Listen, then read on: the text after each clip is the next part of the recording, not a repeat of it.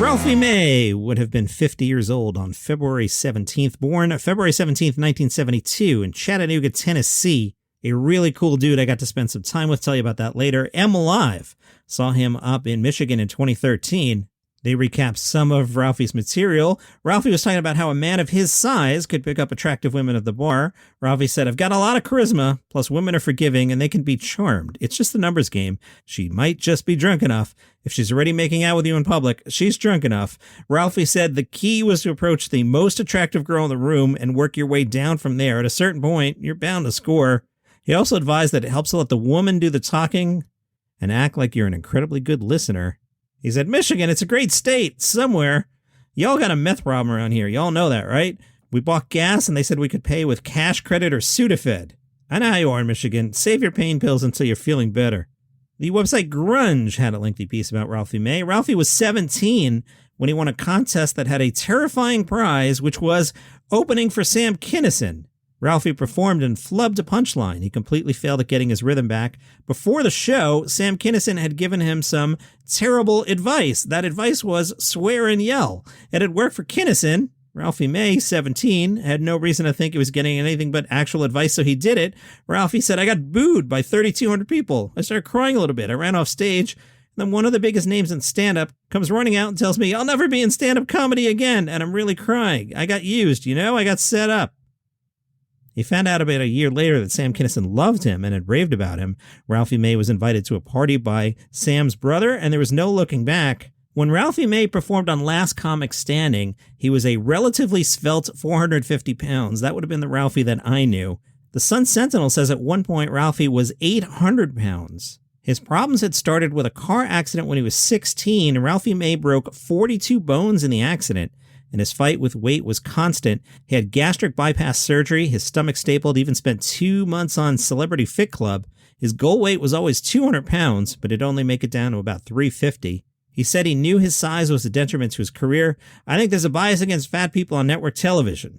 In general, it's endemic to the industry. Ralphie only had one thing he found off limits in his comedy. That was bullying and the violence against women, children, and animals that grew from it. He said, I didn't find that funny. I don't think bullying is cool. I don't think that's effing funny. Part of the reason is that he used to be a bully himself. That only changed after he was in the car accident.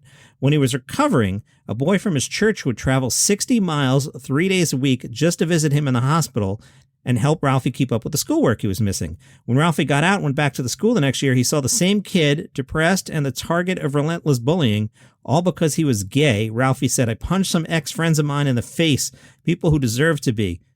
Paul didn't. I smacked him and said, nobody messes with this guy anymore. That's man stuff. When I stopped being a boy and started being a man, when I put that bullying stuff down and stuck up for somebody. He would do a lot of racial material in his sets and said, people are only offended when it's about their group. If you get offended, take your effing lump like everybody else and wait for the next joke. He said there's nothing personal and no hate behind the jokes. The intent makes a big difference. I give everybody drama, but everybody also knows it's Ralphie. He loves you. From Arkansas Online in 2008, Ralphie May said he was running a temperature of 104 when he made his 2004 appearance on The Tonight Show with Jay Leno and got the show's first standing ovation for comedian in 10 years. Ralphie said, I don't even remember it. Everybody told me I looked so relaxed. I was just trying not to get sick. I had fun growing up in Arkansas. Growing up in Clarksville, Little Rock was Tinseltown. Now that I live in LA, I dream of traffic being equivalent to a busy day around the malls. The Washington Post profiled Ralphie back in 2010.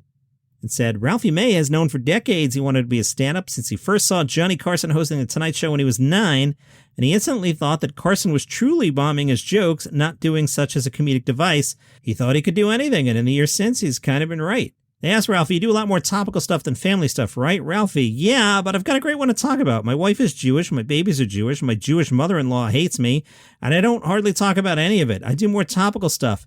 I can't do family comedy as good as Mr. Cosby or Mr. Newhart. Let me jump in there. That's how Ralphie spoke. Now, at the time of this interview, he would have been 40 years old, and he's calling these guys Mr. Newhart, Mr. Cosby. Don't forget, in 2010, we didn't know about Mr. Cosby. You know what I'm saying?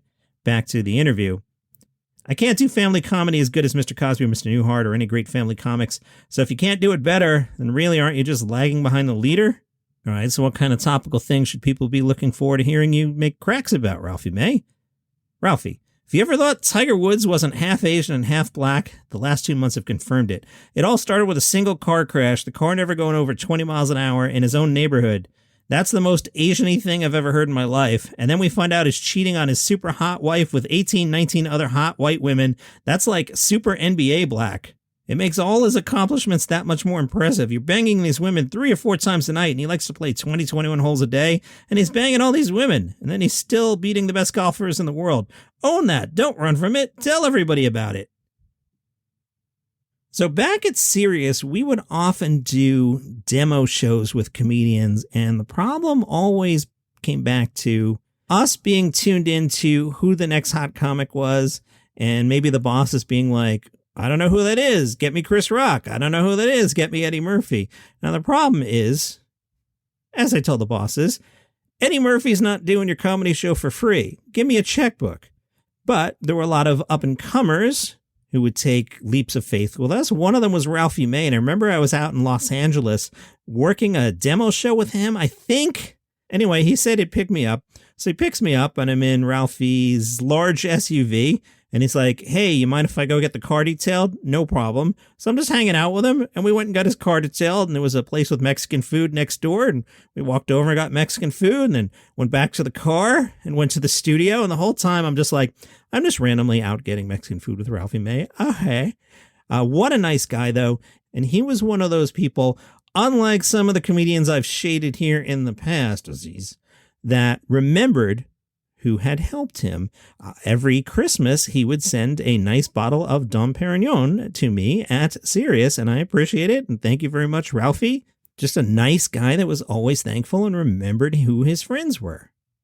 The Virginia pilot, asked Ralphie May, what were some of your biggest struggles when you first hit the road as a stand-up?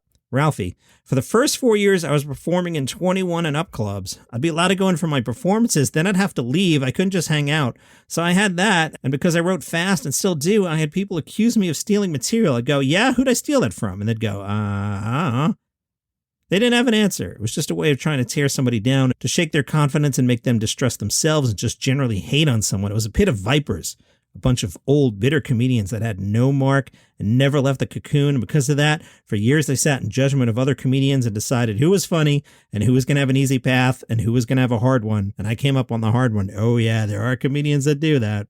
Were there any supportive comedians? Oh, yeah, a whole gang of them. Chris Rock requested me to work with him on the road 3 weeks in a row. Bill Hicks had me work with him for 2 weeks in a row. First time I met Bill Hicks, he was mad at the woman who owned the Laugh Stop in Houston, had said that he was X-rated, that he wasn't triple X-rated. She explained that she only had one X and that was sufficient. But I came up with a happy medium when I said, well, do you have a 3 and an X? She said, yes, we do. Boom, problem solved. And he loved it. He was like, why don't you go up? You're not trying to be me, right? No, I'm not trying to be you. You're too good. He said, well, good. Just be you and do whatever you do. And a fantastic interview with Ralphie May on a website called Advice from the Green Room. They asked, how do you get your material?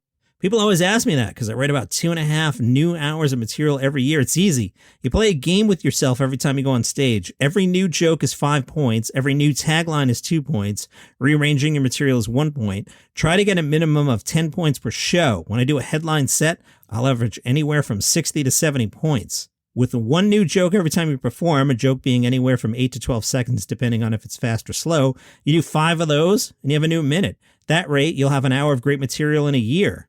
As for a tagline, which gets you 2 points, no joke is ever finished. Young comics always mess up and make a mistake of not finishing their comedy. They'll get it to where it gets a laugh, and then they'll go on to the next joke. A joke is never done. All these jokes are like rubber bands. You can expand them much further than you think. They'll always hold a lot more. Every joke is a deck of cards. You hold the 2 end cards together, and you have all the other cards in between. They make up quite a bit of space. They're all individual pieces. If you couldn't think of a whole new deck, meaning a new joke or premise, you add more cards to this deck and make it bigger and bigger. You can get to where your bits are 12 to 15 minutes long. That's what I do. If I can't write them out on creativity, I'll drown them in every angle that a joke can have. Every angle. You want to make sure nobody steals from you? Be personal. Tell your stories. Then don't do anything that anyone else can talk about. Talk about personal instances. Include your personal stuff into it. And don't say, this is a true story. No one ever believes anyone who says, this is a true story to start off with. But if you add more personal stuff to it, whether it's true or not is immaterial as long as it's funny. That's all that matters. But to make it more believable and to act like it really happened, you'll have to add more minor details instead of just glossing over it. Plus, take all your jokes and write them out on a piece of paper. Write it just as you would say it. Then go back and eliminate every unnecessary word. That's how you tighten your material. You take out every unnecessary word. The spoken word is much shorter than the written word. And when comics write out the material, they'll write it out so it makes perfect sense and they'll remember it phonetically. But they don't have to do that. It can be shortened. For example, in my act, I talk about playing cards in an old poker room with old dead people. There's a dead person at my table. Everybody else says, no, he's got a poker face. And I say, no, he dead. Not, no, he is dead or he's dead. I shorten it to he dead. I shorten the words to get to the punch. There is a lot more in that article on Advice from the Green Room. If you enjoy Ralphie May, I suggest you seek that out. Another one of the greats, and that's your comedy news as it is for today. Follow the show on Apple Podcasts, Spotify, wherever you get your shows. See you tomorrow.